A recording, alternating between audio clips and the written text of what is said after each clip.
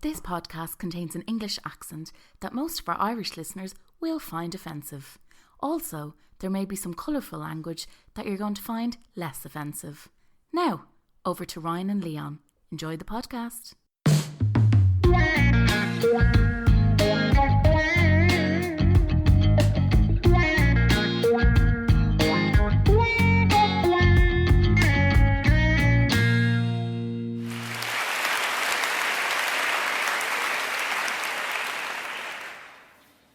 "19th of November, 1957. Dear Monsieur Germain, I let the commotion around me these days subside a bit before speaking to you from the bottom of my heart. I've just been given far too great an honour, one I neither sought nor solicited. But when I heard the news, my first thought, after my mother, was of you. Without you, without the affectionate hand you extended to the small, poor child that I was, without your teaching and example, none of this would have happened. I don't make too much of this sort of honour, but at least it gives me the opportunity to tell you what you have been and still are for me, and to assure you that your efforts, your work, and the generous heart you put into it still live in one of your little schoolboys who, despite the years, has never stopped being your grateful pupil. I embrace you with all my heart. Albert Camus." Who's he writing to? His teacher. Yeah. He's writing to his teacher. Right. Got that. Yeah, so that, do you know who the voice was? Benedict Cabbage Patch. Yeah, Benedict Cabbage Patch. Yeah. With a letter from Albert Camus to his teacher after he won the Nobel Prize for Literature in 1957. Oh, like secondary school teacher? I don't know. A teacher of sorts. A teacher. Yeah. A scholar. A scholar. Scholar. A former Scholar to a scholar. An academic to an academic. Yeah. Okay. It's like, I think teachers they either are a great influence in a positive way, like you find like Miss Smith, she really cared about the books and all, or you're motivated by a teacher who never thought you'd do anything. Oh yeah, fire to the fucking yeah, field of the fire. Yeah, oh definitely. I quit my college course because the course coordinator wasn't arse at all. Like, came up to me before. I remember me and a friend of mine, we were doing animation, and we were like coming up with ideas for different things. I'm still friends with this fella, like me mate anyway. And the course coordinator came up and goes, "What are you doing?" We're like, "We're going over ideas, like storyboards, inspiration for potential new stories." And he was like, "Yeah. So in animation?" We're like, "Yeah. You'll probably never ever use your own material. You'll probably just be like a cog in the machine." Oh, he was jaded. And just walked off. And just walked off. And I was like, "Yeah, this isn't for me anymore." Wow. Hence why I'm not a famous animator. Yeah. Could have been the next Walt Disney. Goes even further back for me. I remember Mr. Layton was an English teacher, and in England, right? So like, it's not the same here. So like in England, you have these like things called like GCSEs. So GCSEs, you need 5 C's, right, to get to A level. Right. If you don't get to A level, which is what you study at between 16 and 18, you're in the vocation path, vocational careers of like manual work, like you go into college to get the points to, you know what I mean? You can't take the natural progression up the educational ladder. So I remember being 16 and doing my GCSEs, but before that, Mr. Layton kind of sat me down and was like, and I remember it to this day. He was like, "I think it's time you start planning for what you're going to be doing for the next 2 years, because the likelihood of you doing your A levels at this school is really low." 16 years old. Wow. Yeah, mad. Were you trying? No, I wasn't trying. Actually, at that point, this is actually mad. So at that point, I'd given up on all other classes other than English, maths and science. And those classes could get you 5 C's, because science was 2, and then English was 2, language and literature. So you can get the 5 if you passed them all. But I had like flunked business studies, media studies, food tech, fucked it all up. Yeah. But then like 3 months before GCSEs, I was like, right, I'm not going to bother going to the classes for anything else. I'm just going to go to try and get these C's, and thank God I got them. I did get them, but I scraped the minimum for education anyway. But what we're saying about the teachers is like, fucking hell. I still remember that chat with Mr. Layton. I think he was fuming because he was like, he was also riding another teacher, and everyone knew. So I think he was getting bullied by the students. So I don't think he liked his job anyway. He's not listening to this podcast. He wouldn't be. He definitely wouldn't be. But that was Albert Camus. Actually, I have to say, man, the beautiful thing about this podcast is introducing me to new writers, because I'd never heard or read of Albert Camus' work until you mentioned him a year ago to me. That's mad. Then I bought The Plague, Yeah. read that, and was like, okay, that's one of the most profound things I've ever read. Yeah. One of my most favourite books I've read, especially after lockdown. You're like, bloody hell, this is real, this. So yeah, that was him talking about his teacher. We've got a poem, haven't we, from Albert Camus that you're going to share later on. We do indeed. Albert Camus was an interesting fella. He died when he was 46 in a car accident, but he was an existentialist alongside like Jean-Paul Sartre, not Chartres, Sartre and Simone de Beauvoir, and they were like knocking around, like our chat last week with Lee Sheridan about the Paris in the 20s. This is Albert Camus' world, and he was very much like, I'm not going to settle down, I'm going to live my life the way I want it. I'm going to have loads of girlfriends and go to different bars and go around, and I think there's no picture exists without him having cigarette. Smoke. Every single time he's fucking smoking, and but existentialism is very interesting because it's how you experience the external, so how your internal experience the external. And say Jean-Paul Sartre has it's kind of like existentialism in a nutshell would be existence precedes essence. So existence precedes essence, meaning this table was created into existence, its essence is already chosen, it's a fucking table. That's all it'll ever be. It's not going to be a tap dancer, it's not going to be a cook, it's going to be a table, and that's it. But humans are different. They're created, their existence is created first, and then their essence is the path they choose, what they choose to be in life. They choose their own essence. They're not a table. If they want to be a table, I'm sure there's a fucking club in Berlin where you can go and be a table for 3 nights of the week.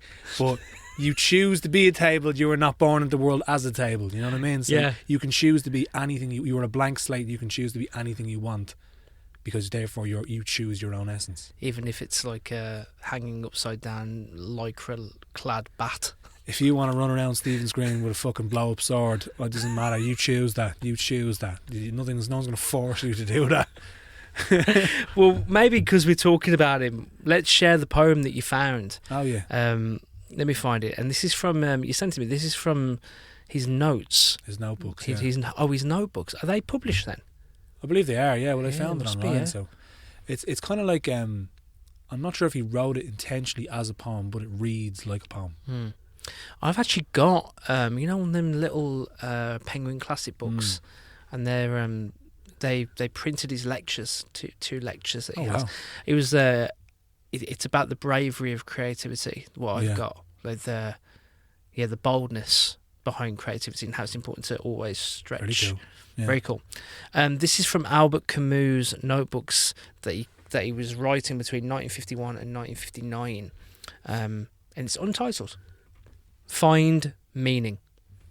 Distinguish melancholy from sadness. Go out for a walk. It doesn't have to be a romantic walk in the park. Spring at its most spectacular moment. Flowers and smells and outstanding poetical imagery smoothly transferring you into another world. It doesn't have to be a walk during which you'll have multiple life epiphanies and discover meanings no other brain ever managed to encounter. Do not be afraid of spending quality time by yourself. Find meaning or don't find meaning, but steal some time and give it freely and exclusively to your own self. Opt for privacy and solitude. That doesn't make you antisocial or cause you to reject the rest of the world, but you need to breathe. And you need to be.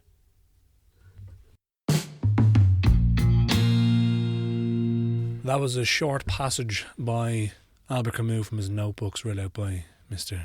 Ryan Duggins. Fits what we've been talking about recently, doesn't it? Yeah, definitely. Yeah. About finding a bit of clarity and get in a bit of headspace. Yeah, I like the fact that he's like, you don't have to go and discover a thought that no one has ever discovered in the whole universe. Like, just go for a fucking walk. Get out and go for a walk. You don't need to have absolute brilliance at your fingertips. Just fucking go for a walk and enjoy yourself. Do you think, like, just matching that to the world of creativity, do you think that, I sometimes think that the reason I haven't really written a novel yet is because of the fear that it has to be like a groundbreaking piece of work. So it's like, that holds me back sometimes. Not poetry though, it doesn't hold me back from writing poetry, but definitely like more substantial pieces, maybe because of a fear that it has to be the next Nobel. You're gonna be the next Sally Rooney. Yeah, do you not think so? You think sometimes like people don't do things? Yes, definitely, and I think that's what, like, even when I'm in like teaching and stuff like that in schools, a lot of things that hold students back is because they're like, this isn't amazing. It's not from the brain to the page amazing, but that's the whole point of drafts. Like, yeah. And there's a great thing by Ernest Hemingway, and it's like a picture you can actually buy. He may has it framed in as well, but it's like every first draft is shit, and it's like scratch marks and things. He changes the words around, but it's true, because like no first draft of anything that's long form is going to be even remotely similar to what you were trying to write or achieve, you know. So it's just, you have to start, throw shit at a wall, see what sticks, and then hone that shit into a marble block, and then whittle that shitty marble block into something beautiful. But the draft thing, I watched the video. It was like another Letters Live piece. They're great series. Yeah. The actor that was in Baby Reindeer. Oh yeah. I don't know his name. I don't know if you know his name. I don't know his name. But he was reading a letter that Irvine Welsh sent to the first proposed publishers of Trainspotting, and he was like being really like smarmy about, like, because they'd changed all the swear words. Did they? They'd removed all of the filthy language and replaced it with like real Disneyfied nonsense. So he wrote this like long letter of like, I appreciate you that you removed I don't know, piss trample, whatever, like all that nonsense with like jolly bad person. Like wrote all this down and sent it back to the publisher. So, you know, drafts, probably are going to be shit at the start, but don't let it go through too many cooks. Don't let it lose the soul, basically. No. But like, my confession of reading Trainspotting for the first time was I was trying to figure out for the first 30 pages who Ken was. Yeah. Because like, you ken me to know. Yeah, to know. I didn't know that. I was like, who the fuck are they? Why are they always talking about this Ken fella? Yeah.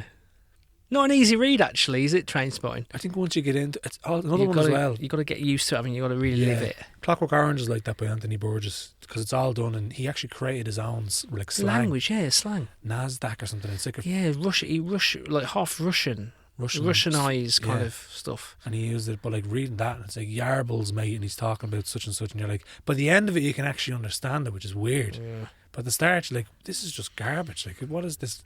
You know. Yeah, mad. Very good. I want to give a shout out to my dad, actually, on the pod, because he was he'd sent me on a poem. Right. A couple of days ago, and on the last podcast, actually, it was a video that we shared about the importance of poetry for Easter. Yeah. The Easter Rising. Sorry, the importance of poets and the connection between the Easter Rising in Ireland in 1916 and poetry.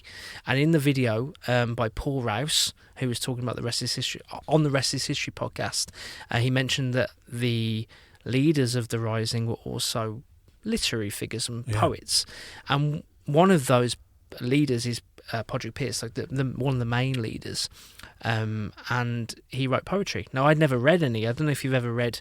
Have you read poetry from MacDonagh and Pearse? No. I'd never have. No, I knew they were all like intellectuals, and they all used to write and stuff like that themselves. Yeah, but I never delved deep into their work. No, neither me. I've read the Yeats poem Easter 1916, but I've never read anything else. Yeah. My dad found a poem by Padraig Pearse called The Mother. And he sent it to me. I was like, fuck, fair play. I didn't even know if he was even paying attention to the poems, but grand. Cheers, Dad. He's one of our researchers now. He's leaving comments on the YouTube as well. I saw that the other day. Hope they're positive. For fuck's sake. They're a mixed bag. Be less shit. I think he said about Annie Peters' poem Fairy Tales. He's like, I don't understand this. I have to give it another listen. Literally on YouTube. Brilliant. Cheers, Dad. I love the honesty. Yeah. The honesty. I've sent you that poem. Yeah. I think probably best to come from you. Right. I'll give it a bash. Yeah, give it a bash. This is The Mother by one of the rising leaders, Padraig Pearse. The Mother by Padraig Pearse. I do not grudge them, Lord, I do not grudge. My 2 strong sons that I have seen go out to break their strength and die, they and a few, in bloody protest for a glorious thing. They shall be spoken of among their people. The generations shall remember them and call them blessed. But I will speak their names to my own heart in the long nights. The little names that were familiar once, round my dead hearth. Lord, thou art hard on mothers. We suffer in their coming and their going, and though I grudge them not, I weary of the long sorrow. And yet I have my joy. My sons were faithful, and they fought.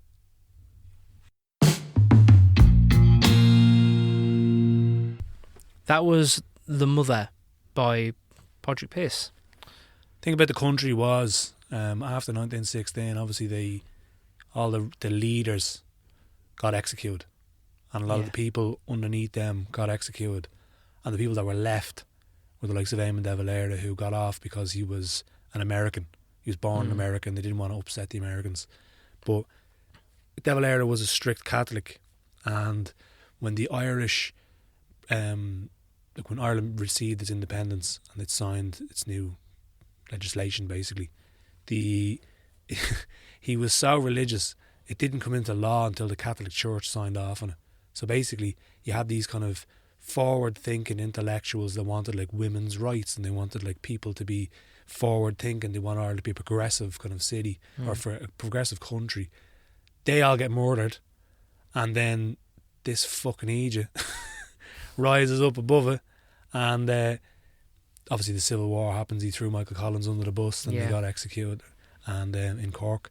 But he set the country back like 40, 50 years because of his kind of joint, faithful with the church. Wow. Set Ireland back to this conservative state for so long. Yeah, it was definitely felt like Ireland, after the Civil War, maybe a little bit of a limbo period where progression wasn't really there. Like it was like this Ireland, this devil era's Ireland was the women should be at home having 10 children each, being good Catholics, going to mass, don't get a job. Like my girlfriend's nanny used to work in the civil service, and when she married, she was one of the last women that had to quit their jobs to become a housewife. You had no choice. You had to just leave. And she's like, I love my job. She worked at one of the first computers in Ireland. It was one of the ones you put the fucking calculations and it printed out these kind of cards, like the punch cards, and they'd be used as kind of information. It would spit these out and she'd have to collect them and stuff. She's using the first, and she was like, I love my job and had to just give it up to be a housewife. So I wonder how, like, there's a connection there as well between, like, maybe it's a bit of a stretch, but like the kind of the Magdalene laundries and the Tuam, Mother and Babies, like, there's probably it's not the largest of leaps. No, but you wonder how different Ireland would be had the leaders of. Well, the thing was, it was the leaders of the 1916s. That's what sparked, though. That's what sparked them. They weren't popular until then, until they started getting shot and Kilmainham jailed. Then people were like, hang on a second, they're actually, they can't be doing, they're political prisoners and they're killing them all. So that kind of turned the tide. So it was like them being martyred turned the whole tide and the kind of conversation towards the Irish. But before that, like, but imagine how, say, I don't know, in a rosy world, they managed to survive and the narrative was turned the way it has been. How different Ireland would have been from far before now. Yeah. It's now becoming a progressive society, but imagine how progressive it would be even more now had it not been set back so long. Yeah, and it's probably a good next thing to talk about, because like we got a poem in, we got an email from a guy called Robbie who submitted a poem to the podcast, and I sometimes think that, like, life's a lot different now, and I know the weird thing about the Rising is like the kind of perspective was like the people of the city of Dublin were like a little bit like, what is going on here? Yeah. Like, hang on, what's the story? But then you can't, that ignores the militarisation of Ireland around the country since like the late 1800s, where like, you know, that it was like militarised and people are ready to go.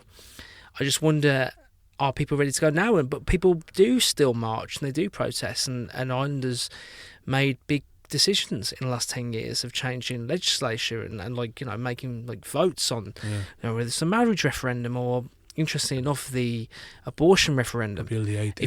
If you're not in Ireland and you don't know, well, we'll help you. So abortion was illegal in Ireland until 2018, when the country voted on a yes or no of whether or not it should be abolished.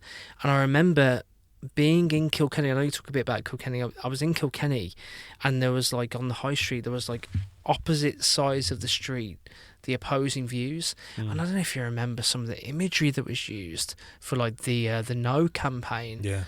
Was fucking brutal. Yeah. Like, really, they're babies, and like, it was just visually really jarring. Yeah. And horrible, really. Robbie got in touch, sent us this email, and wrote a poem actually about the abortion referendum. So let's listen to his voice, and then we'll talk about the poem. Hey, so thank you for choosing my poem Catholic Town for the Poetry's Dead podcast. It means a lot. To be honest, I hate talking about my poems. I'd rather them sort of speak for themselves, even though that sounds a bit wanky, I suppose. But I'll tell you about this one. So Catholic Town was wrote in my job, in my normal 9-to-5 job. I support people with mental or physical health disabilities getting to work. And I was supporting this woman who was a single mother, had a child young. She was from Ireland and she had addiction issues. And the poem sort of came about because she kept telling me, she kept going, you know, I never asked for this life. I never wanted this. And I never found out if she wanted to have an abortion and couldn't at the time because it was illegal, or what the situation was there. But it sort of led my mind to write this poem, and I hope you like it. And yeah, thanks for playing it. This is Robbie Hood, Catholic Town. She was a girl genius, a princess till she lost her crown, became a teen pregnancy in a Catholic town. When her parents seen the baby bump, they kicked her out. The boy she loved at school was lost, never to be found. See, abortion is sinful by God and illegal by Her Majesty's crown. So she ended up in the council house, smoking brown, raising a kid when she was just a kid herself. No support about. Different lads knocking around, violence, abuse. Adults shout, shout, shout. Her baby grew up to be a loudmouth. Fuck about and you'll find out. She wore an Adidas tracksuit, hand me down. Well, she was sentenced to an eternity on a couch. She once had the world at her fingertips. Now her fingertips were bony and brown. And what happened to a kid? The one who was never meant to exist. She became a teen pregnancy in a Catholic town. And the circle just went round and round and round till 2019, when abortion in Northern Ireland was finally allowed.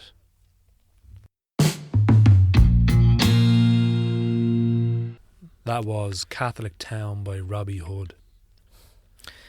Yeah, it's actually mad to think that was so recently. The Yeah. stories of, I mean, when I first moved to Ireland in 2015, and obviously, like, you love it, and I've loved it since day one. But there were a few things going on where you're like, oh, didn't know that now. Yeah. And the whole trip to Liverpool, stories and of abortions I'd never heard of in my life. Yeah, because it was, you know, they've taken a trip, they've gone on holiday, but they've gone over abroad to get an abortion, because either that or end up in like the last Mangle Laundry closed in 1996. 1996. What? That's fucking mental. That's you could be mental. sent to a mother and baby home until 1996. Yeah. So that's why a lot of women went over abroad, because first of all they couldn't, the shame that was put on them by the community and the kind of, well, was drilled into that you couldn't do that, But then you might also be spending the rest of your life in a fucking laundry. So, like... You can't go. You can't trust anyone. What's your options? You got to fucking go. It's mad. Like, fucking insane. You know, and again, it's a lot of it imposed on by the church. So, like, which was brought on, and it loops back into De Valera's Ireland of bringing the church into such a central figure of the Irish state that, like, mad. Yeah, crazy. What a poem. Yeah, great poem. Great poem. Brought me back to that time, because it was I think it was a little bit different to the marriage referendum, because the marriage referendum seemed really an easy win. There weren't really anyone saying no to that. Oh, there was. But they, maybe not in my circles. Those people are all fucking cancelled now. Yeah, exactly. But the abortion one, I mean, I remember like being even like, you know, like where Trinity is. Yeah. Like, all I remember from that whole rally are the votes against the abortion and the fucking posters. And they were everywhere. They were fucking everywhere. It's fucking mental. But like, I think Ireland was the first country to vote marriage equality by a landslide ever. There was it was always a slim margin of winning. And Ireland was the first one where there was like a vast majority of yes. So, you know, it's good to see that we're getting there a lot slower than we should be, but we're getting there. Yeah. Hopefully. Well, it's kind of on the same train of thought, because, like, you know, we're in a world, and we're not really in a world where it's all going mad, but like we are in a world where the recent things going on in America and Trump's United States, and the trans bill that came in, essentially eradicating trans people to have their own identity. Yeah. Insane. And we wouldn't be the best people to talk about it, because we don't really know, do we? You don't know the stories. I don't know anyone who's trans. Well, we know one. Apart from Jameson. So absolute legend. Yeah, met Jameson a couple of times on the poetry scene. We actually met Jameson at Beyond the Pale. Last year, had a lovely little chinwag with him. It was his first festival. He'd never been to a music festival. He had a fucking had a ball. Jameson's American, but lives in Ireland. Identifies is a trans man. Yeah. And we were really keen to kind of get his perspective, because he shared on Instagram a post where he got his passport renewed, and it had his gender was changed on his passport. Now that's what do you say about that? Like, but what we don't know is the reality of that story and what it's like to be a trans person living in Ireland. So we've gotten Jameson to tell his story and to share his poem called Dandelion. I'm really looking forward to sharing this with you. We'll talk about it after. This is the voice of Jameson Newell. I'm Jameson. I'm trans and American, which is not the best combo to be at the moment. And the lads have asked me to talk a little bit about what it's like being me, and that's a tall order. But truth is that, honestly, I love being trans. I think that it's really, really cool that I can relate to a larger subset of the population. I've lived in this world as a woman, and I've lived in this world as a man, and I've lived in this world as someone who is clearly trans and queer. And I can tell you that those experiences are wildly different. I mean, like, I've gone through both fucking puberties. How cool is that? How cool is it that I look nothing like what I looked at, like, at 26 when I came out? Science is amazing, and I think that being trans is so cool. But unfortunately, it also means, like, living in this world as an openly or visibly trans person means having to deal with hate and violence and discrimination. And I have a lot of experience with all of those things. It sucks. It sucks that that's who you have to be. That's what you have to deal with. And when I moved over here, I kind of wanted to leave all that behind. I just wanted to slip into Ireland and just live as, because since I've moved here, I've passed fairly well as a cis man. And I could have just gone stealth, and I did for a while. And I started realizing that I was getting anxious about the idea of people finding out. Now, I've always told my friends, but, you know, at work, I'm a landscape gardener, like, and eventually I realized that I just can't live that way. And lots of trans people do not like talking about who we were before, which I totally respect and I understand. Unfortunately, that's not something that really works for me. Because for me, I am every single person that I have ever been, and that includes from age, 0 to 26 when I came out. And so I can't do that, and I don't think that I should have to. But unfortunately, again, living as someone who is openly trans means that you have to deal with that stuff, and I have dealt with it, and I've dealt with it here, not just in the States. That is something that trans people have to deal with here in Ireland as well. The fight isn't over here. Trans healthcare is extremely hard to access, and they're making it harder. They're not trying to make it easier. They're trying to make sure that fewer people transition, if we're being honest. And I just really wish that I didn't have to deal with that just to live as myself. But the only way that it's going to get better is if more people do. And not everyone wants to do that. And I think that it has to be a personal choice, because it's our lives. And sometimes that's literal. Because I have had friends who have died, who've been murdered, for being who they are. And it shouldn't be that way. So I think that means that more of us need to step up, if that's something that we can do, if it's something that we're willing to do. So yeah, here I am. I am proudly and happily trans. And if people want to hate me for that, they fucking can. Go ahead. Because I'll just write even doper poetry about it. So, yeah. This is Dandelions. I know you cannot kill me. That I will grow back from the tiniest bit of root that you did not dig up. That I will hide in cracks in the sidewalks and among the roots of giant trees and under the corners of buildings that you built to stamp me out. And I will not go quietly. I will bound back every spring. I will dig my taproot deeper and spread my leaves. My flowers will sprout over your grave, yellow and bright, turning to puffballs. Spread with wishes, take flight, 'cause this is not a fight that you are going to win. I will not go gently. My roots grow back bigger every time you try to pull me up, and I will fertilize the earth with nutrients from my words and sweat and blood, and I will not go easily. Every day I spread new shoots and roots into a world that hates me just for being me. I will not go. I will not go. I will not go. You can try to legislate away my identity, add to my pain, but my pain is not my enemy.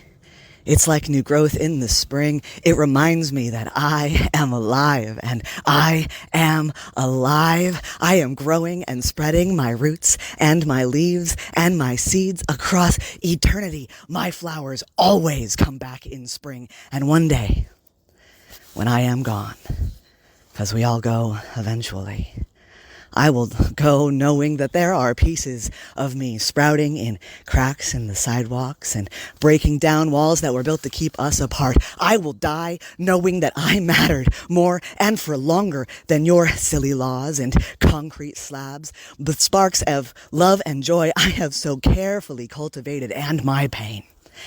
Yes, that too.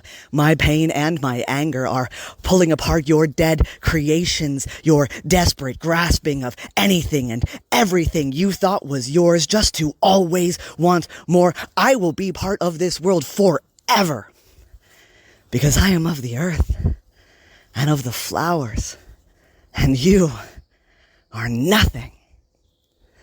Just concrete and metal beams built to protect things, crumbling at the base because of weeds.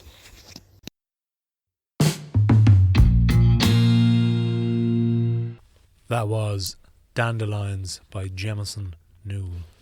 Thank you so much, Jameson, for sending us your story and that very powerful piece. It's incredible. It is incredible. It's, as I said, like Jameson was one of the first trans people I ever met, and he was so cool. And I said it to him, like, no, I said, look, I don't know many people that are like you, and I'd like to just ask questions because I am ignorant in the sense that I don't know many people like you. I would love to know more, and to, I remember the first time I ever met a non-binary person as well, and I I didn't You know what just it wanna was. Find out, yeah. And I remember having a conversation for like 2 hours, being like, can you just explain what this is so that I can know more, just to educate, you know? And I think it's important. And I think some people are very nervous. I was definitely about, you don't want to seem like you're not educated enough in these matters when you should be. But you need to ask questions in a way with obviously empathy and stuff like that. Not just ask like straight black and white questions, but have a curiosity of like ask them questions just to find out more about their story, their perspective, their world. And because they as Jameson said in his poem, he matters. A story matters. For sure, absolutely matters. And let's call a spade a spade. I think the movement to eradicate this whole conversation is a hope that trans people disappear. Yeah, I think that's what's deeply rooted within the decisions.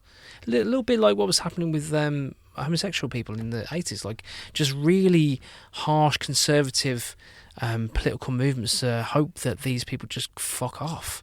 And it's incredible that that's happening, because like Jameson is not going to die, like, and neither of our generations moving forward of trans people. These people, like, they exist. You have to expect that they will always exist, and respect the space and give them all the rights that we have. of course. Well, 100%. They're not going away. Like, No, like it's not a fashion trend. Like, it's like this is people's lives. They think, you know, their whole lives, and people tend to live long lives. You know, you'd like to think they do. So, like, you can't just pass a bill and hope that they just, as you said, fuck off. That's ridiculous. nonsense. But it's happened. For how long? Yeah, though? For how long? let's see. Well, and like you said about Ireland's progression, you know, you'd hope that nothing reaches these kind of shores. Yeah. Even like, I know it's not totally connected, but we were talking about the abortion earlier on. Like that's moved away from America, hasn't it? Haven't they? There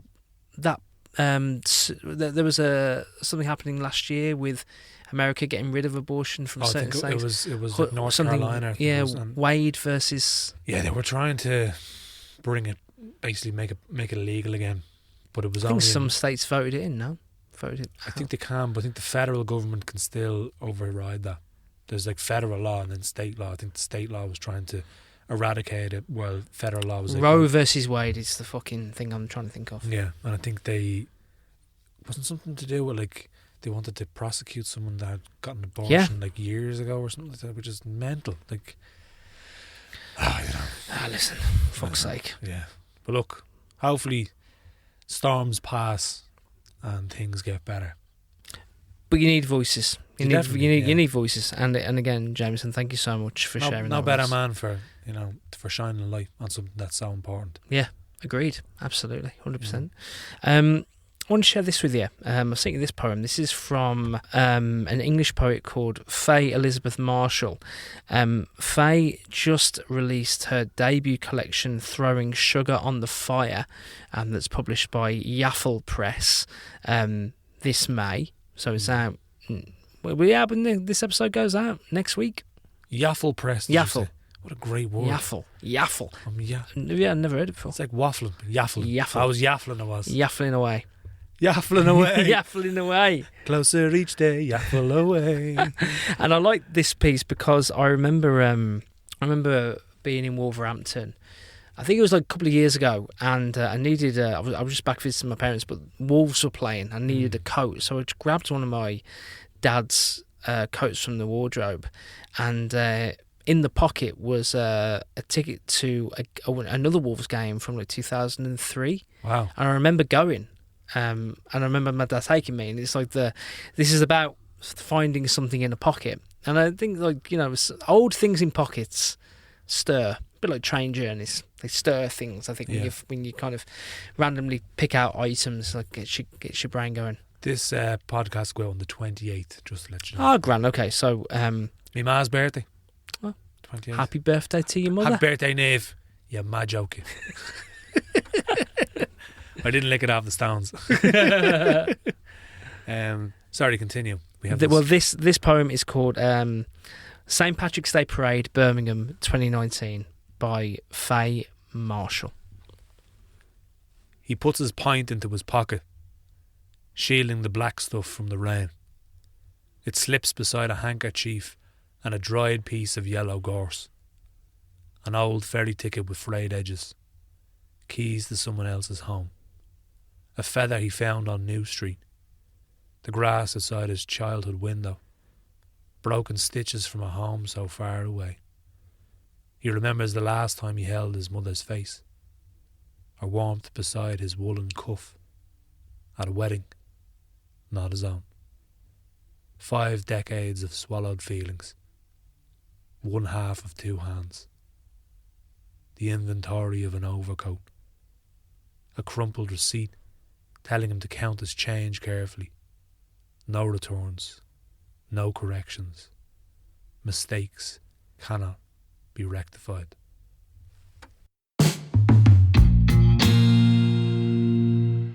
That was St. Patrick's Day Parade, Birmingham 2019 by Faye Elizabeth Marshall from her new collection, Throwing Sugar on the Fire, out in May. Love it. By Yaffle Press. Yaffle Press. Yaffling away everywhere there, sorry. Yeah. What a great we were chatting poem. about that, yeah. We paused it and kind of spoke. It builds, doesn't it? It takes you where she is, and it's like there's regret, self-reflection, resentment. How big are those pockets, I wonder? Whopper, I'd say. Whopper. Yeah, I'd say whopper pockets. I just imagine, you know, them big long overcoats, the big black ones that reach to the floor. I think that's what it is, yeah. Yeah.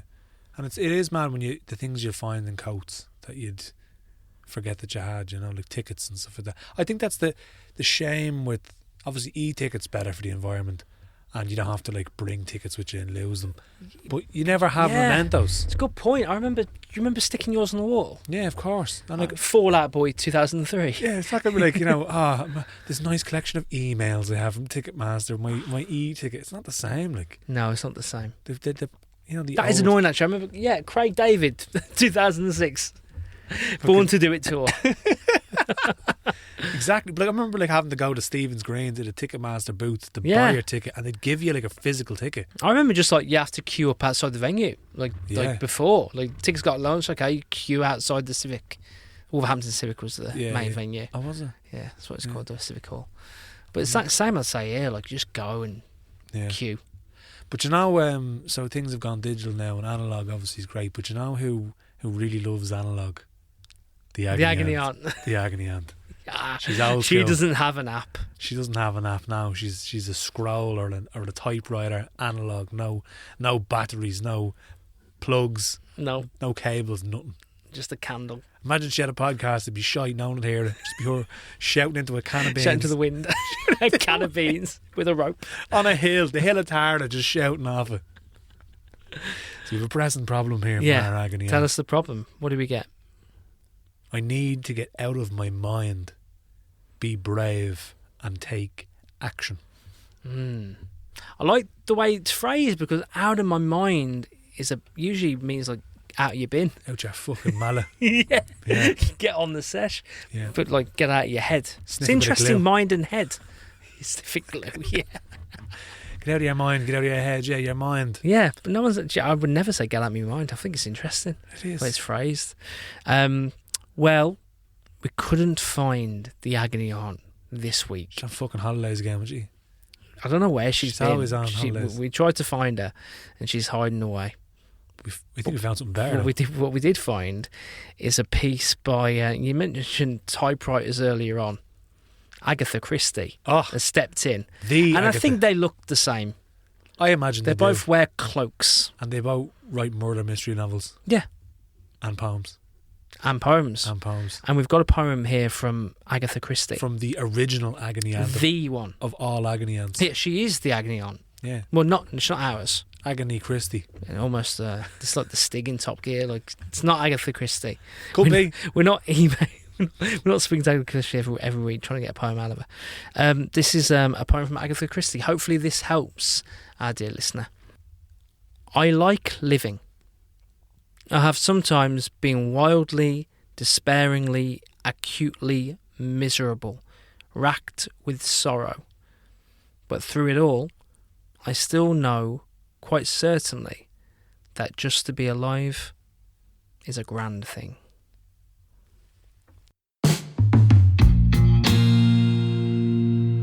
That was a poem by the wonderfully magnificent Agatha Christie. Agatha Christie. Agatha Christie. Helping our dear listener out. Who knew? She just grand. Not only is she entertaining you on daytime television, but she's also solving problems still. Yeah. After all this time. Would you ever go on a murder mystery? You know those like immersive theatre experiences? I remember getting really into Cluedo. What's this mean? Do you know the way it's like Cluedo? Just everyone comes over your house like, sit down. Just like, come here now, we fucking play a game of Cluedo. I think I had the Simpsons Cluedo and everything had a theme and Oh yeah, nice, yeah. Just groundskeeper Willie in the library with the wrench. That bastard. It's always him. Nice. But yeah, I love an old murder mystery. You know, like Glass Knives. Yeah, they're great, aren't Love they? that. Yeah, Love that. Or was it Murder on the Orient Express? Which is the one where they have the... Poirot is Agatha Christie as well, isn't it? I'm not too sure. Poirot. Sounds like Hercule you Poirot. alright? Sounds like a fucking... Are you okay? I'm saying that right. I know Poirot. Hercule Poirot. Well, there you go. Is your left I hand can't not speak. tingling? You're not smelling burnt I'm toast there. She's Poirot. Oh my god. It's very warm in David this room. Suchet. It's very warm in this room. Yeah, very. So you mentioned Craig Davids. Davids. Who's Craig Davids? Davids. Plural. Craig Davidson. Craig David squared. A series of... We've got another Craig. So on TikTok I posted a video a couple of weeks ago, and it was from a Dublin pub. It was from a pub called the Strawberry Hall in my neck of the woods, and they have a session every Sunday at 5:00. And it was a beautiful moment where I was with my mum and dad and my missus, and this guy was singing The Old Triangle. His name's Craig Gallagher, and he just, like in the video, like, he just politely said, "Sing along." And then everybody sang the chorus of The Old Triangle. Yeah. It wasn't even like, come on, sing along. He was like, sing along. And the old triangle. It was just beautiful. I was like, what? Where am I? That actually... Incredible. I think that's ingrained into your DNA. I remember being over in Canada, in Vancouver, and we walked into a place, Johnny Fox's. Was it called Johnny Fox's? It's called Johnny Fox's. They serve chicken fillet rolls over there. Did they actually? Oh, they do, yeah. But I remember walking in and it was like winter, and there was me. Sorry. Now I'm just thinking, remember if you did that chicken fillet roll poem? Yeah. You talk about like the girls behind the centre counter. Yeah. What do you want? What you want? Is there a Canadian shabby I hope so. version of... They flew her in from Finglas. What do you want? Yeah. But we went in and he says, like, fucking freezing out, obviously winter time. And I was living in a house where there was like, I think there was 9 of us, and there was all Irish except one Australian. My mate Dougal, absolute legend. His name was Dougal as well. Dougal. Like, fucking fat. It was unreal. Anyway, so he's out with us and we're all there, and we go into Johnny Fox's pub, and we come in just at the end of the Owl Triangle, and like fucking in sync, all of us, all the Irish, we just join in, and we're right beside the musician, and he's just like, what the fuck is this? And he's like, was that planned? We're like, no, that's just the Owl Triangle. He's like, I've never heard that song. How did you just know that? We're like, because we're Irish, baby. Wow, incredible. I'd never heard it being sung in unison before. It's amazing. Amazing moment. Lovely story. So I posted it on TikTok. Craig's sister found our TikTok video and commented, "Oh my God, that's my brother. Wow. I love him so much. He's doing such a good job." That made me find him. I didn't know who he was. Found him on Instagram, messaged him, and not only does he do beautiful Irish track covers, he has original music. Oh wow! So we've got a bit of a treat here. This is a track by Craig Gallagher called "Lonely Eyes." And if you want to find out what Craig's up to, his Instagram is Craig Gallagher Music. So yeah, take it away, Craig. This is "Lonely Eyes." Leon, thanks for your time. Always a pleasure. Never a chore. Run, baby. Craig, crack on.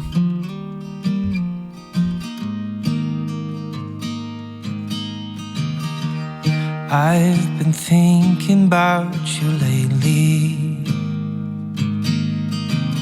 When you'd read to me in bed at night,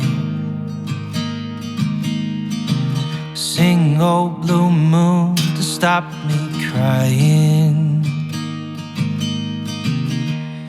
Every time you'd make me smile, I feel like I'm left behind. I feel like I'm lost inside these lonely eyes.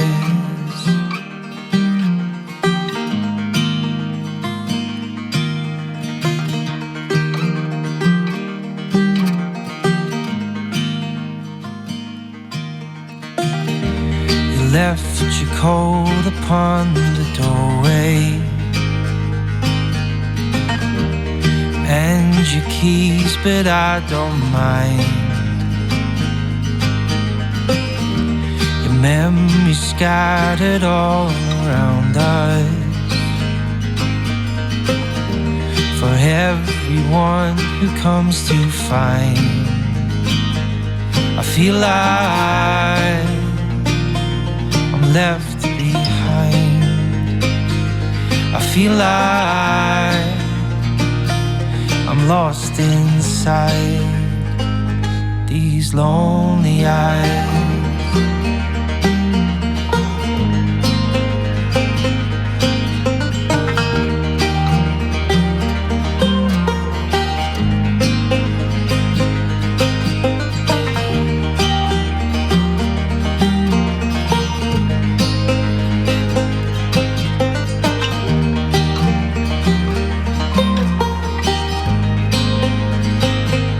I feel like I'm left behind. I feel like I'm lost inside. I feel like I'm left behind. I feel like I'm lost inside these lonely eyes.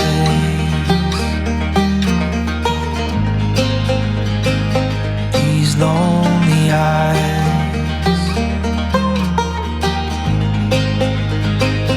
These lonely